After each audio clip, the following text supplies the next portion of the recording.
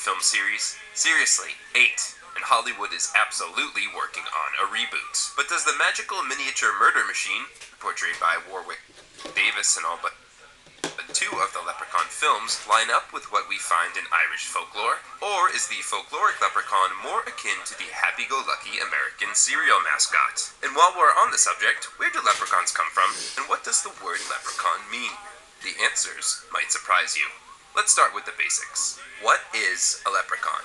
I mean, is it a type of elf, a dwarf, a little old man? While you'll often find such terms included in dictionary definitions of leprechaun, the reality is that those are merely descriptions of what leprechauns look like. And of course I'm using the word reality here very loosely, because as far as we know, leprechauns are imaginary beings. Or if they do exist, we certainly do not have indisputable evidence of their existence. And no, that pile of animal bones you saw at that Irish pub that one time does not count as indisputable evidence. Imaginary or not, leprechauns exist in the Irish folk tales and fairy tales that have been passed down for centuries. And based on the characterizations found in those stories, I propose the following concise definition for leprechaun. A leprechaun is a solitary Irish fairy, characterized by its short stature, habitual shoemaking and mischief-making, and its immense wealth, which typically takes the form of crocks of hidden treasure. As solitary fairies, which puts them in the same category as the Cloricon and the Fardarg, leprechauns are withered, old, and, quote, in every way unlike the sociable spirits, or trooping fairies. They dress with all unfairy homeliness, and are, indeed, most sluttish, slouching, jeering, mischievous phantoms, end quote. This according to W.B. Yeats's 1888 book, Fairy and Folktales of the Irish Peasantry. D.R. McNally Jr. elaborates on the physical appearance of the leprechaun in his 1888 book, Irish Wonders, noting, quote, he, the leprechaun, is of diminutive size, about 3 feet high, and is dressed in a little red jacket, or roundabout, with red breeches buckled at the knee, grey or black stockings, and a hat cocked in the style of a century ago over a little old withered face, end quote. McNally also specifies that the leprechaun will typically wear an Elizabethan ruff around his neck and frills of lace at his wrists, with the exception being on Ireland's Wild West coast, where he, quote, dispenses with ruff and frills and wears a frieze overcoat over his pretty red suit, end quote. Now, as you might have noticed, one color keeps popping up in McNally's leprechaun description, and that color is not green. It's red. And that's because only trooping fairies wear green jackets in Irish folklore. As a solitary fairy, the leprechaun essentially has a uniform which includes a jacket that is red by default. And in some northern counties of Ireland, where the leprechaun goes by the name Lorryman, that uniform is an actual military uniform. And while we can certainly find a resemblance to modern leprechaun depictions in the aforementioned description, with the stockings and the breeches and the jacket and the hat, the color is wrong. Whether it's the Boston Celtics logo, which debuted in 1950, or the leprechauns in the 1959 film Darby O'Gill and the Little People, or the Lucky Charms cereal mascot, which debuted in 1963, or the University of Notre Dame's Fighting Irish mascot from 1964, all modern popular depictions of leprechauns have them decked out in green attire. Why'd they get rid of the red? It's simple. It made for better advertising. Well, okay, here's the full explanation. Since at least the mid-17th century, the national color of Ireland has been green, and over time, the Emerald Isle has only grown more synonymous with the color. Thus, when illustrating a leprechaun, what better way to show that it is a leprechaun from Ireland and not a gnome or what have you, than by giving it green attire. The same thing happened with St. Patrick, who, in his earliest depictions, is always adorned in blue. He even has a shade of blue named after him. Unlike St. Patrick, however, leprechauns haven't just been greenwashed, they've also been cute-washed, a clear attempt by advertisers to make leprechauns appealing to children. Leprechauns from Irish folklore and mythology are lots of things, but cute they are not. That's why, for all of its faults, I have to say the Leprechaun horror comedy film series, which kicked off in 1993, offers one of the more accurate portrayals of a leprechaun in the modern era. For starters, dude is sufficiently wrinkled and decrepit looking, and his obsessions with shoes and treasure hoarding are front and center in the plot, keeping with traditional depictions. Speaking of, the idea that a leprechaun would kill to protect and or retrieve his treasure isn't that far-fetched. As W.Y. Evans Wentz wrote in his 1911 book, The Fairy Faith in Celtic Countries, quote, the leprechaun indicates the place where hidden treasure is to be found.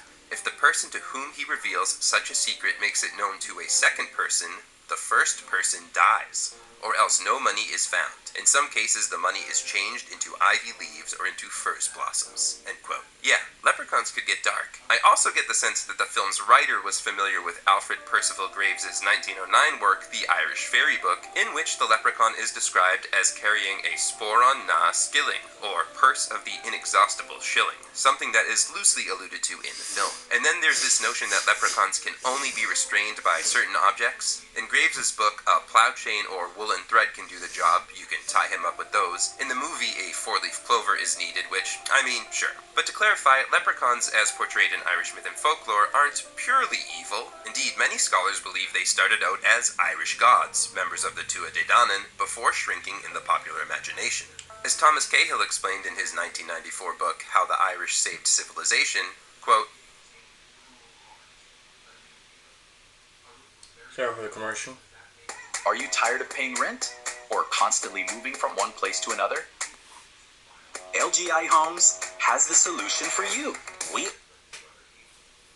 Quote, in the foundation myth, the Tuatha Dé Danann are preternaturally skilled in building and craftsmanship. These taller, otherworldly beings eventually devolve into the little people, the fairies and leprechauns of later Irish legend, whose spirits haunt the tombs and fairy mounds they once built. The little people is a euphemism, rather like the prehistoric phrase le bon Dieu, meant to disguise the speaker's fear of something unfamiliar and much larger than himself. It is possible that this flickering phenomenon of the little people represents the afterglow of Irish guilt over their exploitation of more artful aborigines. End quote.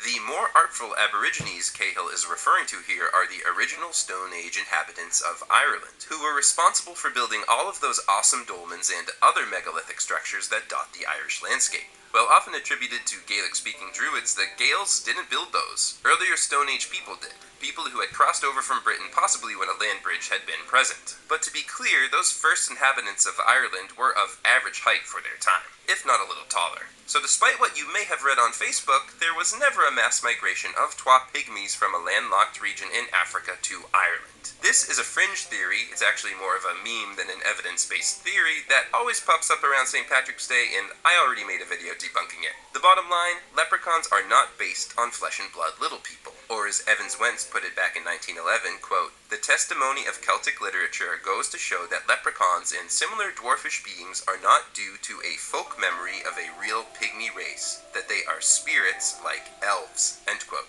That being said, within the word leprechaun, there may be a reference to a group of real historical people from ancient Rome, the Luperci. The Luperci were essentially the stars of the ancient Roman pastoral festival, Lupercalia, held annually on February 15th. They were a priesthood comprised of youngish men who would run naked or nearly naked around Rome's Palatine Hill, striking those they encountered with thongs. No, not that kind. Or those kind.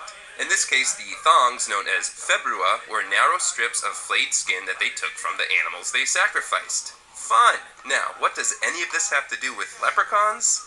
Absolutely nothing. That is until St. Augustine of Hippo compares the Luperci to Greek werewolves in the 5th century CE. See, the Greek werewolves are said to transform from man to wolf after taking a dip in a lake, and the point St. Augustine was trying to make was that the Luperci priests were similarly wild. On Lupercalia, they transformed. What's more, their name, Luperci, likely means something like brothers of the wolf. But when Irish scholars got their hands on St. Augustine's writings, some 2 centuries later, something gets lost in translation, to put it lightly.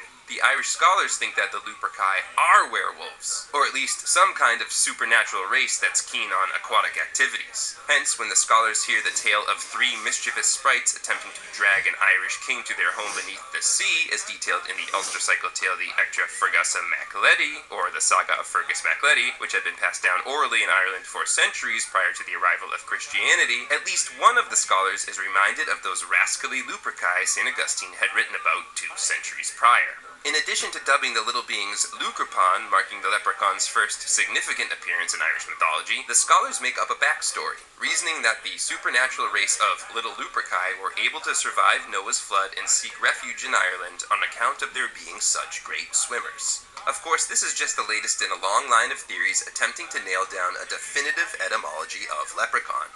A one Mr. Douglas Hyde, who in addition to being a linguist and folklorist was, checks notes, the first president of the Republic of Ireland, had a different theory. And I quote, "The name leprechaun is from the Irish leith brogue, i.e. the one shoemaker, since he is generally seen working at a single shoe. It is spelt in Irish leith brogan or leith frogan and is in some places pronounced leprechaun." End quote. And while leith brogan, spelled Leithbragan, was recognized as an alternate spelling of leprechaun in O'Reilly's Irish-English Dictionary, first published in 1817, John O'Donovan's 1864 supplement to that same dictionary preferred the spellings lupracan, Lupracan, luracan, spelled Lugharcan, and luracan, Lugracan. Those last two spellings are especially significant because they seem to contain within them the name of the Irish god of many talents, Lu, a cognate of the Gaulish Lugus and the Welsh Lu. And if Peter Beresford Ellis is to be believed, the god Lu is quite literally the original inspiration for the leprechaun, both in name and form. Here's his explanation. Quote, "When the old gods of Ireland were driven underground, Lu was given the she of Rodruban by the Dagda. Over the years, this mighty god's image diminished in popular folk memory until he became simply a fairy craftsman named Lu Cromen, Little Stooping Lu, which became anglicized as leprechaun. The leprechaun is now all that survives of this potent patron of arts and crafts." End quote. However, it must be said that both the Little Stooping Lu and One Shoemaker etymologies are likely folk etymologies, meaning they were applied retroactively in an attempt to create alignment with what was known about leprechauns from popular stories. The, quote, "true etymology of leprechaun, according to issue 256 of the Revue Celtique, is something much simpler.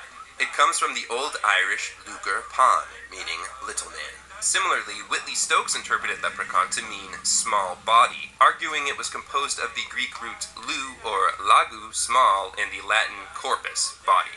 Now, there's no denying that Occam's razor nudges us in the direction of these latter, simpler etymologies. Meanwhile, my love of Irish mythology and folklore draws me toward all of the other ones. But what do you think? Was the leprechaun named simply for his size? Or was he named for his occupation? For a Celtic god? Or for a group of half-naked Roman priests who It's were all mistaken for three. werewolves? Leave a